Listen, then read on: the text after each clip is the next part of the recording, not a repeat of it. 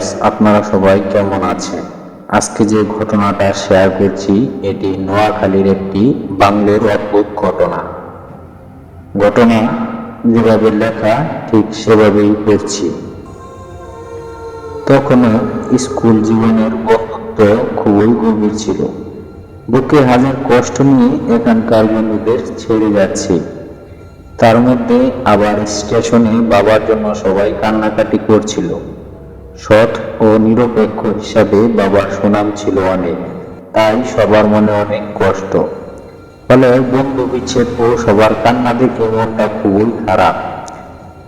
যখন নোয়াখালীর সোনাপুরে পৌঁছালাম তখন অভ্যর্থনার জন্য লোক সমাবেশ, মালা দিয়ে বাবা মাকে বরণ করল। সোনাপুরের জেলার সব বড় অফিসারদের বাংলো, ডিসি, এসপি, জেলার জজ, সিভিল সার্জন সবার ওই বাংলোর মাঝখানে শান বাঁধানো খাটের দিক বড় একটা গেট দিয়ে যখন ঢুকলাম তখন ভিন্নধর্মী গৃহ প্যাটার্ন দেখে খুবই ভালো লাগলো। একটু রাত হয়েছিল, খাওয়া দাওয়া করতে করতে বেশ রাত হয়ে গেল। ঘুমাতে যাব এমন সময় মনে হলো নতুন বাসার ছাদের পাটাতনে কে যেন কাউকে কুড়ার চাবুক মারছে, আর অজানা সেই মহিলা আত্মচিৎকার করে কাঁদছে। আমি শুনে চমকে উঠলাম। শুধু আমি শুনতাম, তবে হয়তো বলার ছিল ভুল শুনেছি। কিন্তু না, শুধু আমি নই, বাড়ির সবাই এটা শুনেছে। আর সবাই ঘরের পাটাতনে একই শব্দ শুনতে পেয়েছে। 8 জন গার্ড বাইরে পাহারা দিচ্ছিল। বাবা ওদের জিজ্ঞাসা করলেন ব্যাপারটা কি। তারা উত্তরে বলল যে কে বা কারা এমনটি করছে তাদের জানা নেই। তারপর বাবা সাহসী দেখে 2 জন গার্ডকে ছাদের পাটাতনে উঠিয়ে দিলেন দেখবার জন্য। তারা বলল এর আগেও দেখেছি স্যার, কিন্তু কোনো কিছুর চিহ্নও পাওয়া যায়। ঠিক এবারও উত্তরটা একই হলো। ঘটনার এখানেই কিন্তু শেষ নয়। এরপর আমরা শুয়ে পড়ি যার যার বিছানায়, যার যার ঘরে। রাত তখন 2টোর কম হবে না। মনে হলো যেন ঘাড়ের কাছে কারো নিঃশ্বাস উঠানামা করছে। আমার গলায় যেন কার ঠান্ডা হাত অনুভব করলাম। আমার মেজো বোনটা অনেক ভীতু।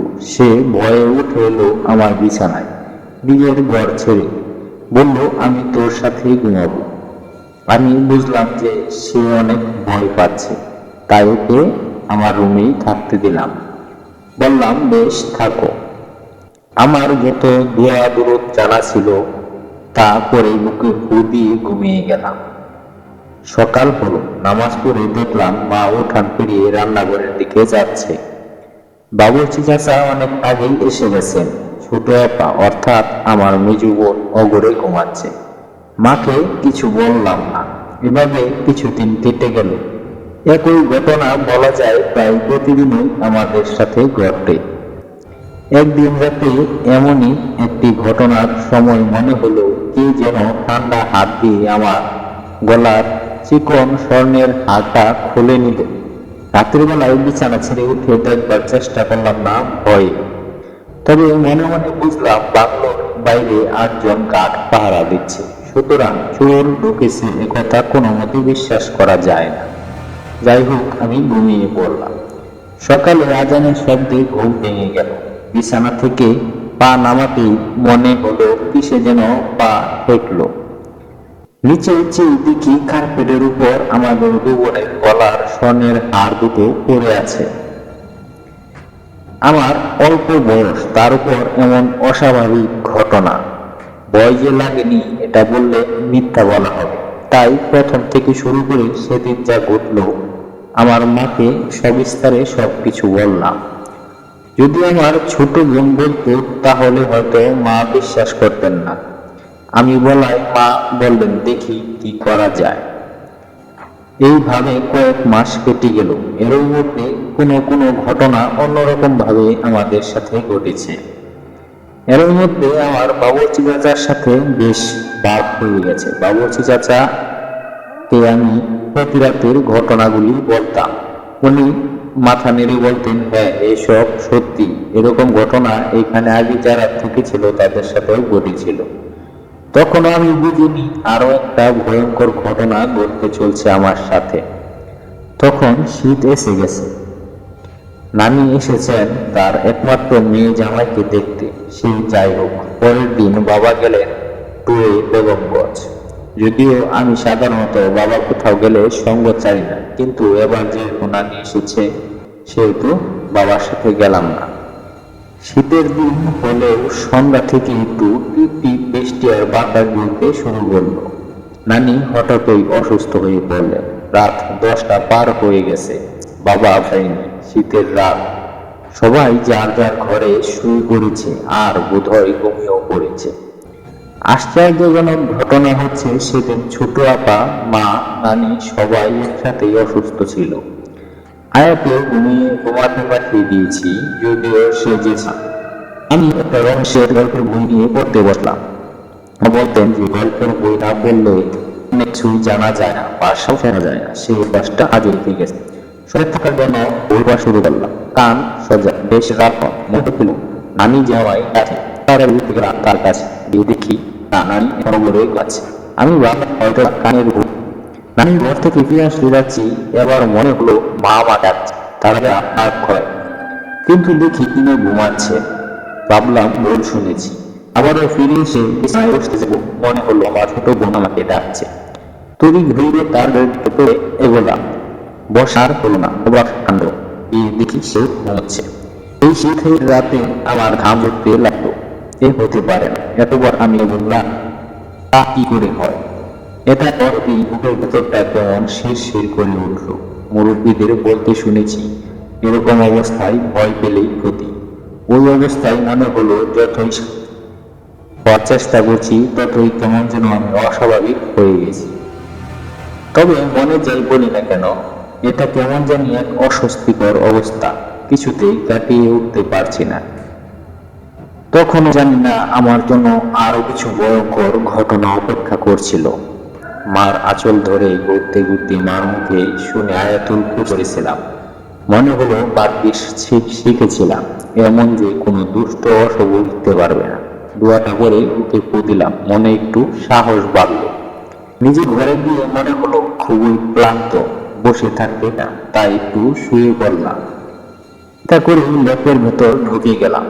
বার উঠতে হতে পারে ধুয়ে মশাইটাও টানাই। খানিকক্ষণ পরে হলো কেউ যেন মায়ের কাছে এসে বসলো। মনে হলে উড়িয়ে দিলাম, সব অসুস্থ, তাকে 8জন কাঠ পাহারা দিচ্ছে। তারপর সব দরজা বন্ধ, কেমন হয়ে কি বাড়ির তো ঢুকবে। একথা নিয়ে মনে মনে লাগে আর খুললাম। তবে মন থেকে কিন্তু কিছু চিন্তা সরাতে পারলাম, কেউ নিশ্চয়ই আমার পায়ের কাছে বসে আছে। এটাই বারবার মনে হতে লাগলো। ঠিক তাই, ল্যাব থেকে মুখটা একটু খুলে দেখি একজন মহিলা আমার দিকে চেয়ে আসছে। মাথায় তার ঘোমটা, আমার পায়ের দিকে খাটে বসে আছে তিনি। আমি দেখে মুখটা মুখে ফেলাম, অনেক ভয় পেতে শুরু করলাম। আর মনে ভাবলাম, না, ভয় পেলে চলবে না, ভয় পেলেই ক্ষতি। আমি ভয় পাবো না, বারবার বলছি, আর আয়াতুল কুরসি সহ যত জানা ছিল পড়েই যাচ্ছি।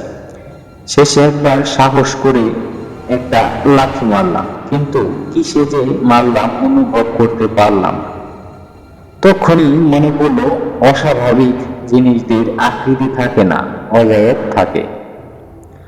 তখনই হাত পা হিম হয়ে আসতে লাগলো। আমি যতই ভয় পেতে চাই না, ততই যেন আরো বেশি ভয় পেয়ে যাচ্ছি। দোয়া পড়া শুরু করলাম আবার। লেপ ফাঁক করে চুপ করে আমার দিকে চেয়ে এখনো সেই মহিলাটি মিটিমিটি করে আছে। আমার ঘরের জানালা সেই ছোটবেলা থেকেই একটা হলেও খোলা থাকে। আমার এই ঘরের এই শীতেও একটা জানালা খোলা ছিল। একটা গন্ধরাজ ফুল গাছ দেখা যায়, ওটা লাগাই না, এই জন্য যে ফুলের সুবারি ঘরে আসে। মাঝে মাঝে ফাঁক করলাম একটা দিয়ে চেষ্টা করছি যদি কোনো গাছের একজন কেউ দেখতে পাই, কিন্তু না, তাদের কেউ ওদিকে আসছে না। এইভাবে দিন সময় কেটে গেল।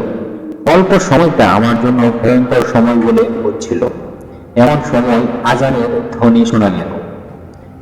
অমনি মেয়েটি আমার পায়ের কাছ থেকে উঠে গিয়ে জানলা দিয়ে বেরিয়ে গন্ধরাজ গাছটাতে মিশে যায়।